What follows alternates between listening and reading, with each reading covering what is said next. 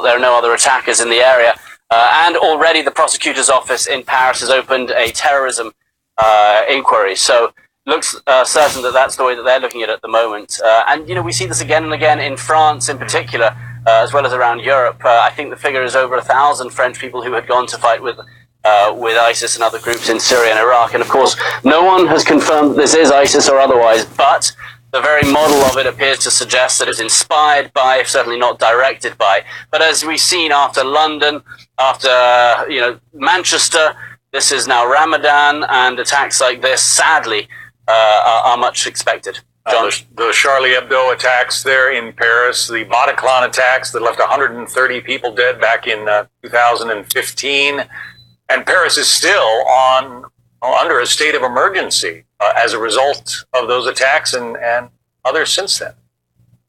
Yeah, and actually there was a big response to those attacks, the Bataclan attack in particular, with these extra police forces brought onto the street, the French really upping the ante. And, one of the reasons is that there is a fear in mainland Europe, which isn't in the UK, of weapons being used. It is a lot easier to get hold of weapons. The borders are open. It's easy for things to travel. So the French in particular really up their game on a counter-terrorism side after those attacks. But we're seeing that it's very hard to stop low-tech attacks such as this. But yes, Europe in general has had to look closely at how it can change, how it can catch these people early. And it'll be interesting to see now whether this guy was on a watch list. It tends to be now recently that many of the attackers are. And of course, police will be trying to find anyone connected to him, anyone that he may have been reaching out to, just to, again, try and shut down cells like this, if indeed he was part of a cell, or a known wolf or a lone wolf, are the terms being bandied around at the moment. So it's such a precarious situation, and sadly we come to expect things like this now. Benjamin Hall in London. Benjamin, thank you. The situation appears to be over. A lone attacker who went after a police officer, and also, according to Benjamin's reporting, went after tourists in the area of Notre Dame Cathedral in Paris. That cathedral is on lockdown. We understand that there are people who ran inside for safety when they heard the gunshots. 2 shots fired, apparently, by the police officer who was attacked. The plaza outside Notre Dame is pretty much empty, although the officers are on the move. It is a crime scene. We don't yet know the condition of the attacker. He reportedly was still alive after being shot at least once. 2 shots fired by police. Melissa? All right, we want to bring in our next guest right now. Alexander Hitchens is joining us as well. He is an expert on extremist movements and the research director of Program on Extremism at George Washington University. Let me give our audience, too, as we bring you in, some more of the facts that we're learning right now. So the Interior Ministry is confirming that the man had been threatening different policemen. He was also threatening passersby. The investigation has started and they're considering this a terrorist act. The aggressor was wounded in the chest, and he did wound one policeman in the head with the hammer before he was shot twice. Hundreds of visitors are now secured inside the church. Bringing our guest in right now, what's your reaction to all of that? Well, I think, we should obviously caveat this by saying we really don't know what the motives are for this. Absolutely. We have said that, and that you're right to reinforce it again.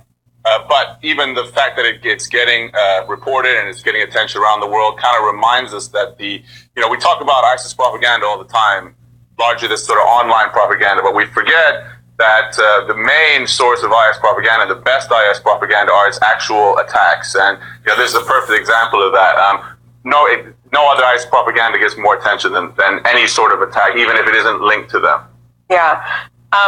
The guest that was on before you was talking about the fact that it unites all of these different things. And like you said, we don't know if this is terrorist related, but of course, the Interior Ministry is saying that they are treating it as such. Is this idea that the only way now to battle back against all these disparate attacks that are happening all over the place is to move from an attrition stance to an annihilation stance against this extremist ideology? That was the thought that was brought up before you. What do you think about that? Do you agree or disagree? Well, I don't disagree that there should be a very strong military response to IS bases in the Middle East. But as we've seen, this threat existed before IS with Al-Qaeda. Al-Qaeda were the first organization to encourage these type of low-tech attacks. And it's likely to survive after IS itself dies out. It's the ideology that's important. It can't be defeated just militarily, unfortunately. So how do you do it? Well, a number of ways. We hear about terms like counter messaging, about developing ways of sort of essentially, disproving or delegitimizing this ideology through, sort of putting forward our own values, strengthening and believing in what, America and the West is about, and hoping that people buy into that more. Also through things like, if you imagine sort of gang intervention programs where they go to areas where there are youth who are vulnerable to joining gangs, you can do these for terrorists as well. You can have intervention programs based around, identifying individuals who may be on the wrong path and trying to intervene on their lives early on.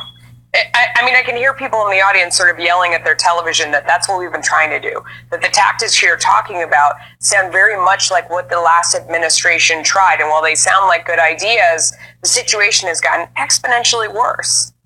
Yes, the last administration began doing this, but honestly, there wasn't much funding for it. It was really just in its very initial phases. We're still learning about it. It's working pretty well in Europe. You think it's working pretty well in Europe? This is what we're watching right here. I mean, pardon my skepticism, but it does not look like it's working very well in Europe. If you look at what's going on in France, London has experienced something once a week for the past 3 weeks. Yeah, of course. I mean, the threat is massive. And you cannot stop all the attacks. But we also know that many attacks have been stopped. Many people have been steered away. It could be a lot worse. The fact is a lot of this stuff started too late. If we've been doing this, say, for the last decade instead of for the last 5 years, it may be, in a stronger position. But of counterfactual argument. But of course, the hard power still matters. These guys need to be stopped earlier on. Alexander, it's John Scott. The United States military seems to be saying that if you take Raqqa out of the picture, if you eliminate the capital of the so-called caliphate, then the allure of the ISIS ideology has lost all credibility, and its adherents are going to simply give up the fight. Do you agree? I do agree to an extent. Yes, of course. One of the main things that made IS even more attractive than Al-Qaeda was that IS achieved what AQ presented as a sort of pipe dream, the establishment of the caliphate. They've actually done this, and doing that really inspired a lot of people. It's being, removed and destroyed is, of course, going to reduce the appeal. It's not going to remove it. And a lot of these guys are already huge IS supporters. They're not just going to sort of quit and give up just because IS has now, reverted to being an insurgency.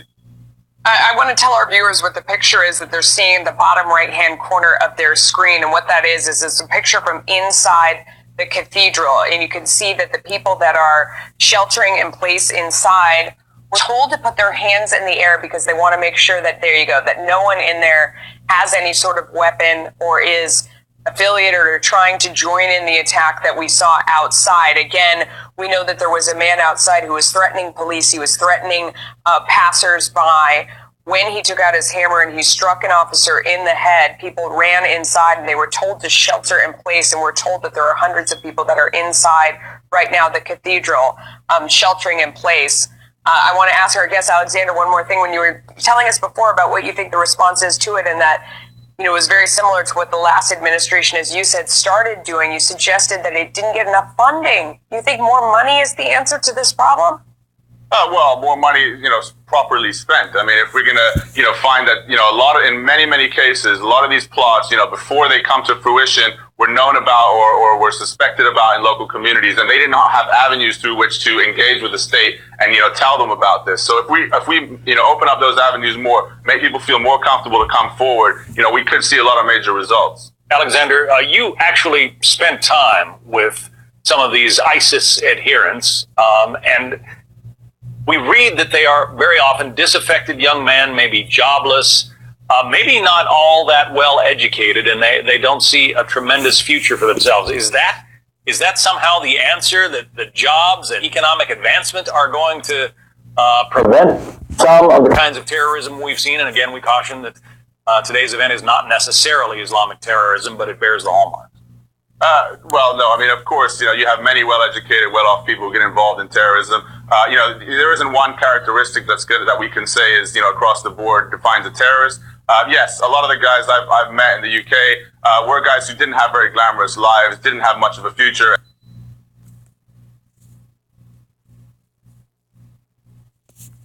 And were offered this, instant gratification of being part of something big that they kind of latched onto. But, I don't, by that point, I don't think we can always say that, jobs are going to be the answer.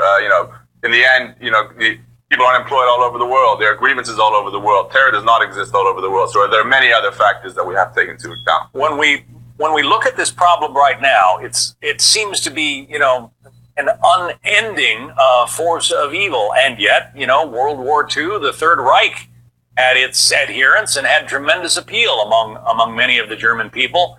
And that ideology was vanquished. And the same thing happened here. Yes, I think we should look at this in terms of the other, as it were, isms that we fought against: Nazism, communism. This is, jihadism or Islamism, and we should look at it in those terms. The difference, I think, that we have to take into account is, unlike Nazism and communism, jihadism or Islamism claims to represent one of the world's largest religions, and that kind of gives it an extra strength that I think the other threats we faced before perhaps didn't have. What are some of the other things that you learned from spending time with people that, had adhered to this ideology? I mean, is there any insight you can give us that you feel like we haven't heard? I think we should take into account, I heard before, these guys being referred to as psychopaths and crazy. A lot of the time, these guys are relatively, mentally stable. They're not acting on voices in their head. They're not psychopaths. They're not delusional. But they have been adopting an ideology that has dehumanized the society around them. They see people who are not Muslim as, subhuman, and that process of dehumanization and sort of disgust towards their sort of fellow citizens can really help towards explaining why someone can go on a mass killing spree. A lot of the guys I met who were members of the group that one of the London attackers was a member of, were really sort of, they saw us as filthy. They saw us as, our customs as disgusting, the way women dressed, our ownership of dogs. Even there was a lot of aspects of our society that we often ignore that these guys really, truly hate. And, once you can dehumanize the target, it's much easier to see why you can mow them down and stab them like vermin. Yeah, no, that's a great point. All right, Alexander, thank you so much. I think stand by and we're going to go to John. Go ahead. Right, we're checking in with Benjamin Hall, our man based in London, a city that is still reeling from the London Bridge terror attacks that killed 7 people. Now, just across the English Channel, what appears to be another attack. This one outside Notre Dame Cathedral in Paris. This one not nearly so destructive. Benjamin, what's the latest? Well, that's right. The Paris police now coming out and saying that this operation is over. And thankfully, thanks to the quick response of the police there, it is so. You'll remember back in February, there was a similar attack at the Louvre in Paris where an attacker armed with knives tried to attack French police and he was shot quickly. There was another, a few months before that, an attack or a car found near the Louvre, which was packed full of gas cylinders, which fortunately didn't go off. So, we're talking about this one, but you've got to remember that there have been a number of others, small ones, which weren't carried out completely. And, that's what ISIS propaganda has been saying. If indeed this was ISIS, we always have to caveat it with that, or inspired by them. But it's low tech, and that's what propaganda calls for. But also the fact that it was just outside Notre Dame, right in front of French police or Paris police headquarters, also makes it a rather interesting place. But again, it's so iconic, and often these attacks like this happen in iconic locations. So police in Paris saying this operation certainly seems to be over. They have searched the people who went back inside Notre Dame. They've cleared the square. And as we've seen before, they will try and get this going as quickly back to normal as possible. They do not want panic to spread. And that's one of the things they've been trained to do. Guys? Very quick response from Paris police, who, as you said,